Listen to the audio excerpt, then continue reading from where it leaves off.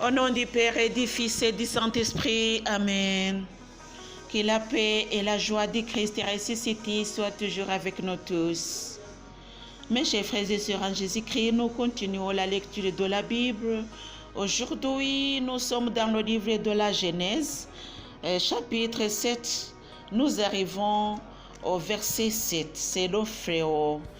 Que le Seigneur Jésus nous donne la sagesse d'écouter et de méditer sur ce que nous sommes en train de lire. Mes chers frères et sœurs en Jésus-Christ, soyons bénis. Je suis Marie-Louise Oumomararongo.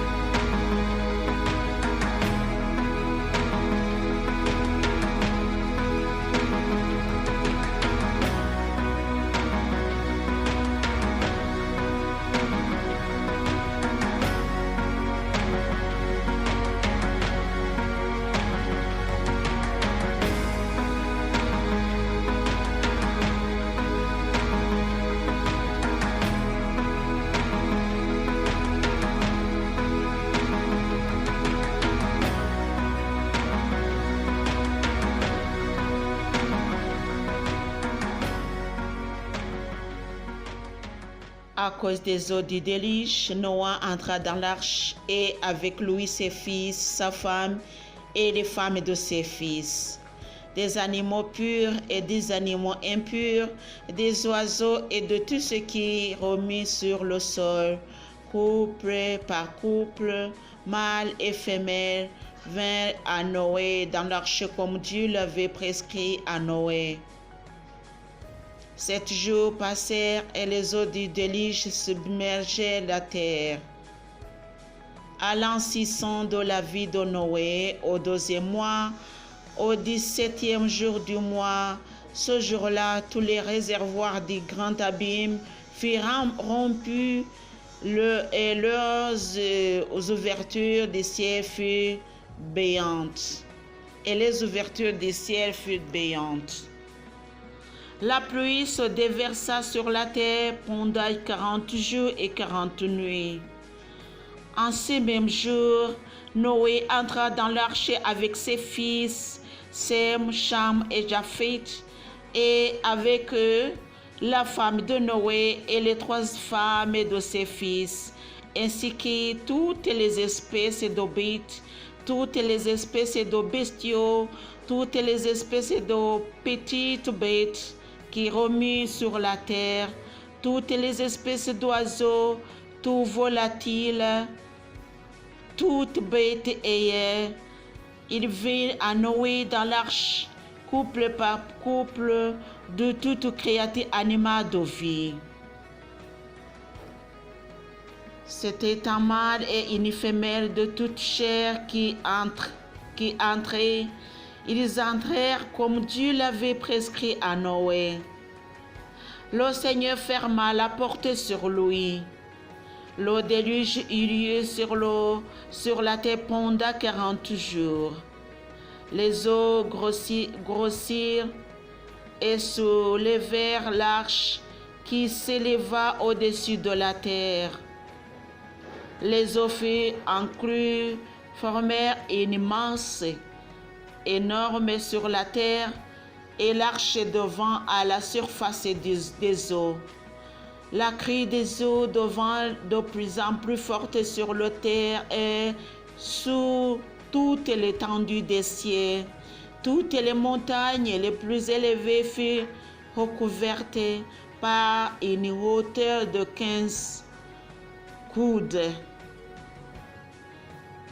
Avec la crue des eaux qui recouvrirent les montagnes, expira toute chair qui remuait sur la terre, oiseaux bestiaux, bêtes sauvages, toutes les bestioles qui grenouillaient sur la terre et tout homme. Tous ceux qui respirent l'air par une haleine de vie, tous ceux qui vivaient sur la terre ferme murmurèrent. Ainsi le Seigneur effaça tous les êtres de la surface du sol, hommes, bestiaux, petites bêtes et même les oiseaux du ciel. Ils furent effacés, il ne resta que Noé et ceux qui étaient avec lui dans l'arche. La crue des eaux dura 150 jours sur la terre.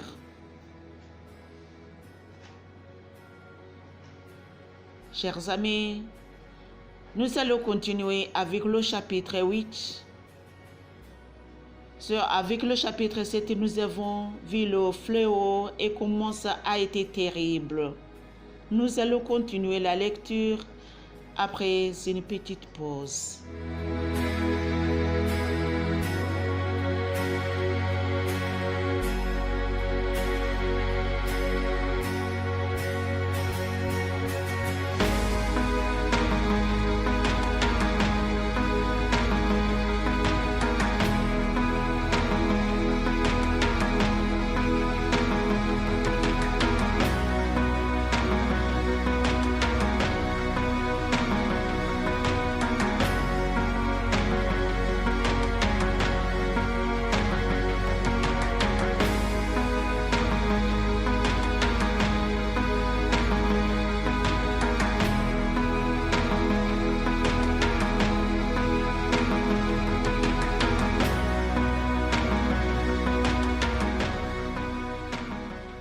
Dieu se souvient de Noé, de toutes les bêtes et de tous les bestiaux qui étaient avec lui dans l'arche.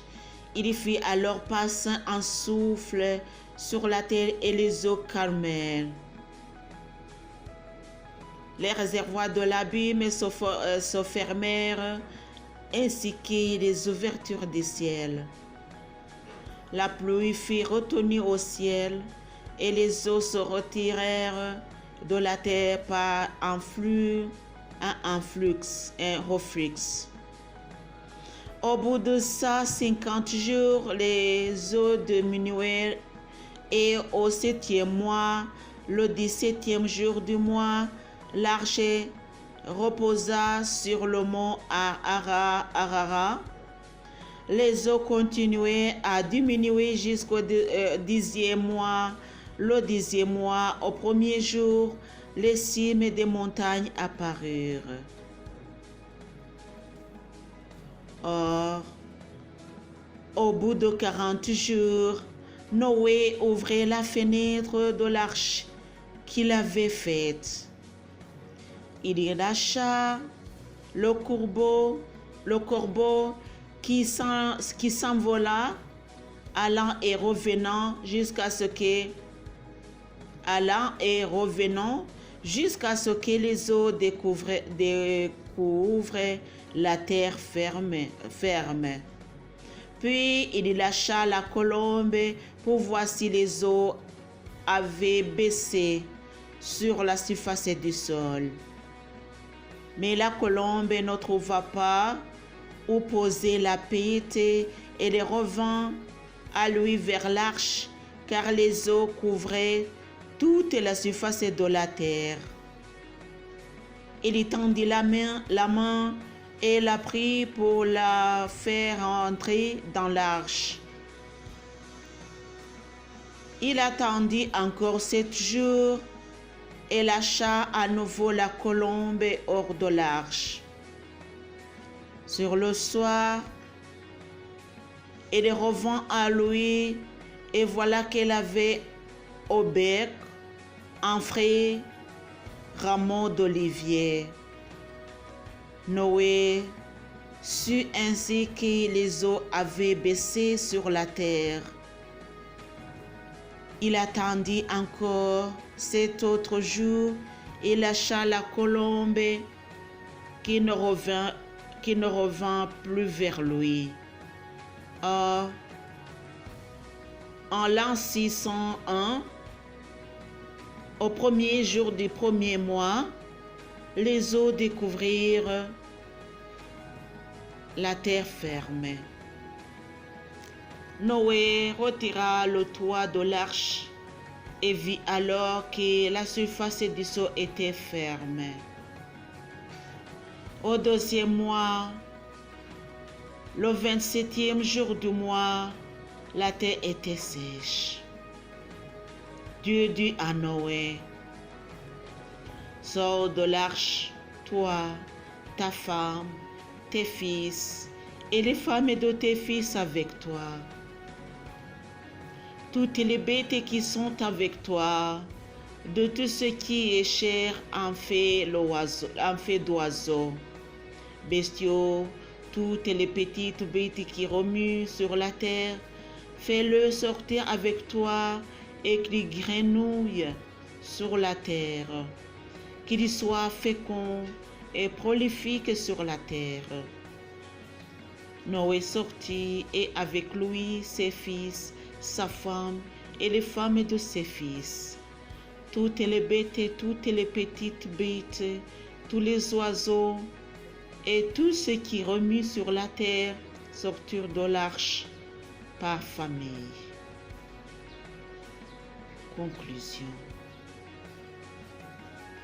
Noé éleva un autel pour le Seigneur. Il y prit de tout bétail pur, de tout oiseau pur, et il offrit des holocaustes sur l'autel.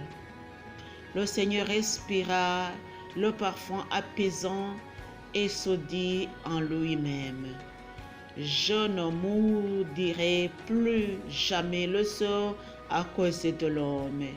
Certes, le cœur de l'homme est porté au mal de sa jeunesse, mais plus jamais je ne frapperai tous les vivants comme je l'ai fait.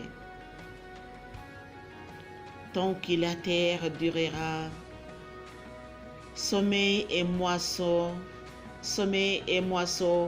froid et chaleur, été et hiver, jour et nuit, jamais ne cesseront. Telle est la parole de Dieu.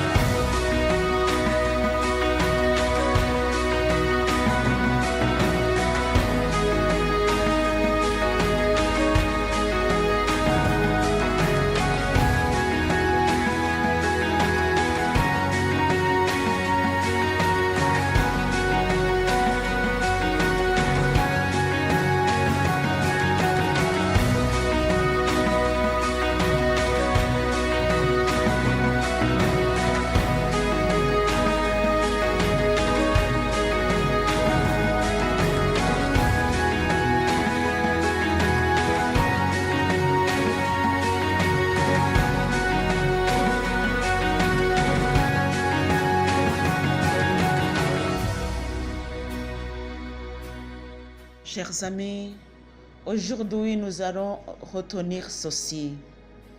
À cause du péché de l'homme, Dieu a puni la terre, tout ce qui vivait, tout ce qui respirait de la laine a été puni à cause du péché de l'homme.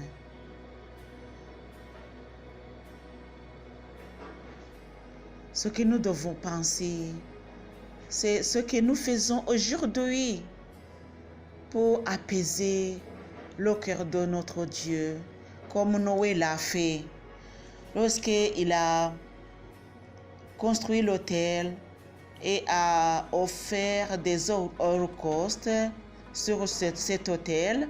Le Seigneur a respiré le parfum apaisant et se dit en lui-même.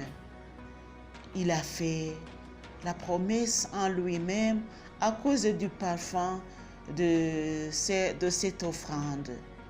Chers amis, qu'est-ce que nous offrons au Seigneur aujourd'hui pour lui apaiser?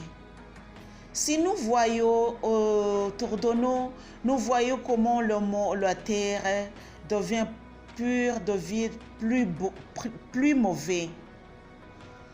Je dirais même que ça va de mal en pire. Mais nous, qui disent que nous sommes les chrétiens, qui prétendent être chrétiens, nous devons faire la volonté de notre Seigneur, apaiser son cœur, et lui, il va nous donner des promesses, puisque des promesses faites à Noé n'ont pas été causées par ce que Noé a demandé, mais ça a été causé par l'offrande qui devient d'un cœur pur. Et cette offrande a touché le cœur du Seigneur. Chers amis, qu'est-ce que nous faisons pour toucher le cœur de notre Seigneur? Nous devons lui offrir des offrandes qui apaisent son cœur. Et ces offrandes ne sont que faire sa volonté, offrir avec un cœur pur. Chers amis, et notre Seigneur, il nous aime aussi. Lui, il n'a jamais été malhonnête envers nous, mais nous sommes toujours malhonnêtes. Soyons de beaux enfants. Convertissons-nous, mes chers frères et sœurs, en Jésus-Christ pour revenir à Dieu. Que le Seigneur Jésus nous bénisse. Au nom du Père et du Fils et du Saint-Esprit. Amen.